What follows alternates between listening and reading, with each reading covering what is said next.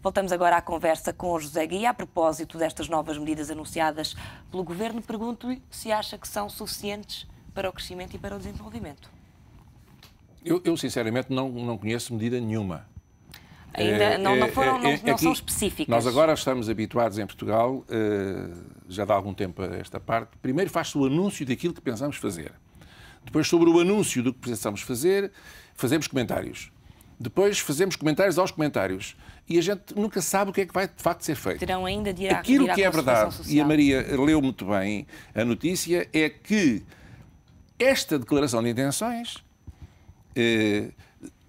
um molho de intenções, aparece num momento de aperto e depende da concertação social.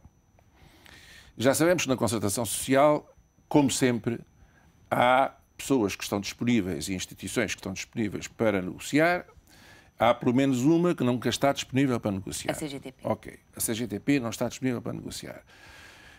Mas como já sabemos, quem sabe não pode queixar-se. Portanto, é esta a regra do jogo.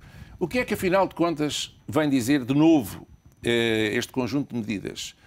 Relativamente àquilo que seria a área do trabalho, por exemplo, diz vamos rever os custos de despedimento. Isto é um total absurdo. Porquê? Porquê? Não é uma das formas da empresa reduzir os custos? A vocação das empresas não é despedir. A vocação das empresas é dispor de recursos técnicos e tecnológicos, humanos e financeiros, organizá-los para produzir bens ou serviços necessários ou que sejam necessidades, que correspondam a necessidades de um mercado. Isto é que é a função da empresa.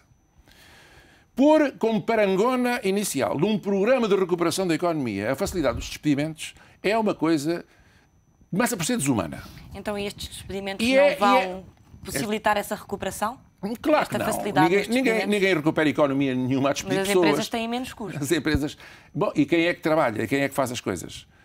O fator humano é um fator absolutamente essencial na vida toda. E não pensar nisto e não considerar que o respeito pela dignidade das pessoas e pelo respeito pelo trabalho é um dever de todos nós. Colocar isto como uma medida parangónica, que toda a gente fala que vão facilitar os despedimentos. As empresas não existem para isso, meu Deus.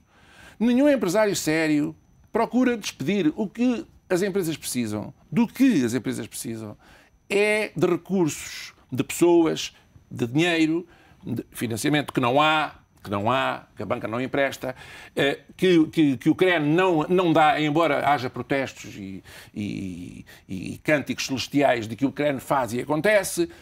Agora, sabemos que na promoção da internacionalização vão ser investidos mais 150 milhões, deviam ir para a economia real, mas vão para fazer flores lá fora. Para exportar o quê?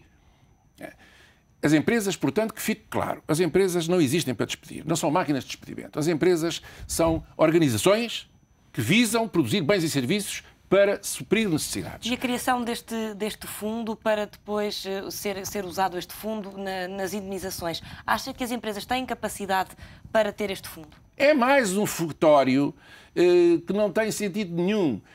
As empresas, primeiro, porque a sua função não é despedir, em segundo lugar, quando é necessário dispensar pessoas. As empresas privadas, há aqui uma coisa que eu desejaria dizer com toda a clareza. As empresas privadas são as que são forçadas a essas situações, forçadas por razões circunstanciais, enfim, e têm que arranjar o dinheiro para pagar às pessoas.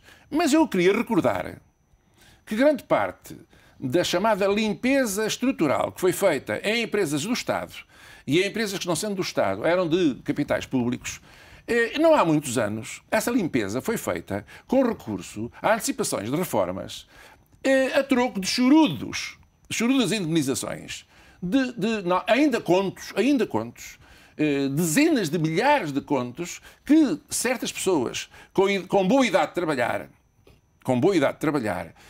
foram convidadas a sair. Curiosamente, isso custou muito dinheiro a todos nós, ao Estado, a todos nós. Empresas, digo, públicas ou de capitais públicos. Isto é conhecido de toda a gente e eu não vou citar os nomes. Quem pagou fomos nós. Essas mesmas pessoas que receberam indemnizações chorudas foram para a reforma e foram contratadas a seguir como consultores, como especialistas, funcionando em regime liberal. Isto é que é escandaloso. Isto é que é escandaloso. Agora, fixar tetos máximos para despedimentos. Mas fixem lá os tetos máximos aos mínimos. Tenham consideração pelas pessoas. Tenham respeito pelas pessoas. É óbvio, ninguém pensa que alguém tem gozo, tem prazer em expulsar, em mandar para a rua, em pôr na desgraça um trabalhador qualquer.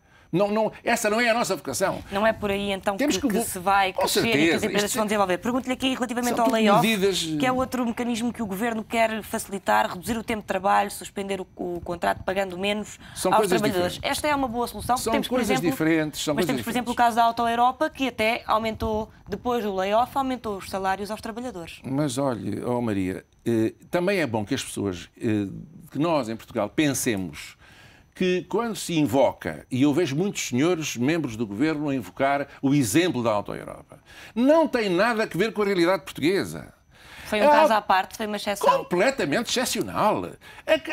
A Auto Europa beneficiou e beneficia de condições de instalação em Portugal, de formação profissional, pagas pelo Estado português, de benefícios fiscais, etc., que mais nenhum empresário português beneficia, nem beneficiou. É uma privilegiada. É um mal? Pode perguntar. Não é um mal. É um bem. Gostaria de ter cá muitas. E isto era bom para Portugal. Mas agora não se compare a situação que é dada, que é criada a empresas, a investidores estrangeiros que vêm instalar as suas unidades em Portugal, certamente porque têm interesse nisso. Alguma vantagem vêm colher. Não é porque são caridosos. Mas esta é uma boa solução. Peço-lhe um comentário rápido, porque temos que falar de outros assuntos. Peço muito bem. Esta solução, por vezes, é uma solução que tem que ser adotada. Há crises nos mercados, há estruturas montadas para determinadas produções e também há mercados sazonais. No nosso caso, por exemplo, temos aqui em Portugal uma indústria que é a indústria de material agrícola. Bem, toda a gente sabe que a agricultura é sazonal. O mercado dos fabricantes de produtos agrícolas, de máquinas para a agricultura, é um mercado sazonal. Há uma época do ano em que têm muitíssimo trabalho, o seu pessoal às vezes nem chega para responder às necessidades, e há outras épocas do ano, enquanto a natureza faz o seu trabalho, em que eles ficam sem trabalho. Bom, isto naturalmente cria problemas de gestão das empresas graves. E quem diz isto diz noutros setores. Acho que layoffs com negociação com as pessoas, que têm que entender que, de facto, as empresas ficam sem condições para poder suportar os custos inerentes à totalidade do pessoal nos mesmos termos, porque senão é a falência total. Isto está ligado, de resto, aos bancos de horas e a tudo isso que se fala e que deve falar-se com um pouco mais de seriedade. Também ainda vamos tentar perceber como é que tudo isto vai funcionar. Agora vamos falar da eletricidade, que ontem também as empresas ficaram a saber então que vão pagar mais luz. A luz vai ficar mais cara. A partir de 1 de janeiro, a entidade reguladora dos serviços energéticos anunciou que as atualizações vão incluir também as regiões autónomas dos Açores e da Madeira. Os aumentos vão até aos 3,8% nas faturas das famílias, enquanto que nas empresas a subida vai até aos 10%, no caso das companhias de muito alta e alta tensão. Já as classificadas de média tensão e de baixa tensão, em especial, sofrem subidas de 4%. Na prática, uma família que pague em média 41 euros vai ver a sua conta mais cara em 1,5 €. Já para quem beneficia da tarifa social, o aumento vai ser de 20 cêntimos para faturas de 20 euros. A justificação para as alterações é o empenho de Portugal em cumprir as metas de produção de energia limpa, o que levou ao aumento do custo de produção de eletricidade. Entretanto, os patrões já se mostraram disponíveis para negociar o aumento faseado do preço da eletricidade. O presidente da CIP considera os custos da energia um fator essencial para a competitividade das empresas. António Saraiva sublinha a diferença de preços entre a União Europeia e os Estados Unidos e a China. E neste país, a energia é 200% mais barata que na União Europeia, diz então António Saraiva. Os custos de energia são hoje para as empresas, para a indústria, desde logo, um dos fatores de competitividade que devemos ter em atenção. A União Europeia tem os custos de energia mais caros em 21% do que os Estados Unidos e 200% se comparados com a China. E dentro da União Europeia, Portugal tem, comparativamente logo com o nosso vizinho espanhol, alguns custos diferenciados, porque o MIBEL, nunca mais temos MIBEL, e aquilo que seria desejável desde logo, para a nível da Península Ibérica termos a mesma capacidade de competir, que os custos energéticos fossem pelo menos equiparados. Qualquer crescimento, como aconteceu no gás, que foi um crescimento enorme em julho passado e que felizmente, trabalhando com a ERSA e com o Governo, diluiremos nos próximos 6 anos e não apenas num único momento. O custo de energia elétrica, a mesma coisa, tentaremos minorar os efeitos porque são fatores de competitividade que nos penalizam. Vamos analisar então a subida da eletricidade, do preço da eletricidade, mais uma vez com o empresário José Guia. Pergunto-lhe se algumas empresas, a maioria das empresas vai sofrer um aumento de 4%, em alguns casos 10%. Pergunto-lhe se há margem para as empresas pagarem mais. Algumas terão margem, depende dos Mas setores. Na sua maioria? Na sua maioria, em Portugal, infelizmente, temos muito poucas empresas de energia intensiva. A maioria das empresas não são de energia intensiva. De qualquer maneira, é um golpe. E é um golpe que nos fará pensar, não na necessidade, neste momento, de fazer um aumento da energia, porque a EDP necessita também, evidentemente, de ter as suas contas e não pode estar a vender energia com prejuízo. Mas o que está na origem disto tudo são políticas que são lançadas sem se medirem as devidas consequências. Toda a gente está de acordo em que é necessário substituir o petróleo por energias alternativas, respeitadoras da natureza e tudo mais. Mas, pelos vistos, tem custos para os consumidores. Não é? Tem custos, claro.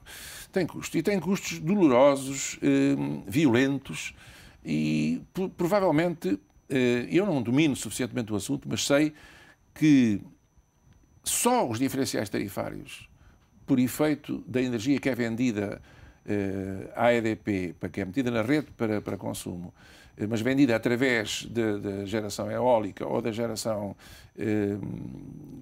por células fotovoltaicas, esses diferenciais assumem números absolutamente assustadores de milhares de milhões. Têm que ser pagos. É uma dívida. O Presidente da CIP dizia muito bem, os empresários têm que ser conscientes e normalmente não podem ser levianos. Aquilo que nos parece, em geral, é que há leviandade ao lançar estes planos de produção de energia e tal, e ajuda-se e investe-se e tal, para essas energias do sistema. Essas empresas do sistema investem, mas depois isto tem custos gravíssimos que impendem sobre todos. Afastar, diluir, pagar esses diferenciais no tempo o mais possível é um recurso, como vê, não é uma política. Não é uma estratégia. Pagar faseadamente. Pagar faseadamente, infelizmente, é aquilo que nós podemos fazer. Não se pode negar a quem é credor, porque fornece energia a preços abaixo do custo, que o pagamento devido. Não se pode negar. Acha que esta é uma boa solução para as empresas? Não é uma boa solução, uma péssima solução para as empresas, mas este assunto da energia nunca foi bem abordado em Portugal, nunca foi bem estudado em Portugal. E a CIP também não percebe, e eu também não percebo, e os industriais portugueses também não percebem. Por que razão é que há tabus relativamente a este assunto da energia? Nós tivemos, e ainda temos, felizmente, pessoas e competências no domínio, por exemplo, da energia nuclear e do manuseamento e da valorização e do enriquecimento do urânio para a produção de energia, mas em Portugal caiu um fantasma. É que não é possível, politicamente, não tem sido possível, meter na discussão, digamos, do mix energético, das várias origens, das várias fontes, a componente nuclear, a componente urânio. Enquanto isso não for possível, nós estamos a acentuar a nossa fraqueza relativamente à capacidade de competir. Porque toda a Europa tem uma componente fortíssima, em alguns países é dominante, de energia na base do urânio. Porque não em Portugal? Eu não estou a dizer que sim. Estou a dizer que esse assunto não está estudado. É um tabu. Essa também é um dos assuntos que o Presidente da CIP defende precisamente. Com certeza. Que é um fator muito importante para a competitividade, então os preços de energia. Muito obrigada pela sua presença nesta edição do Meio-Dia. Muito obrigado. Eu é que tive muito gosto. Muito obrigado.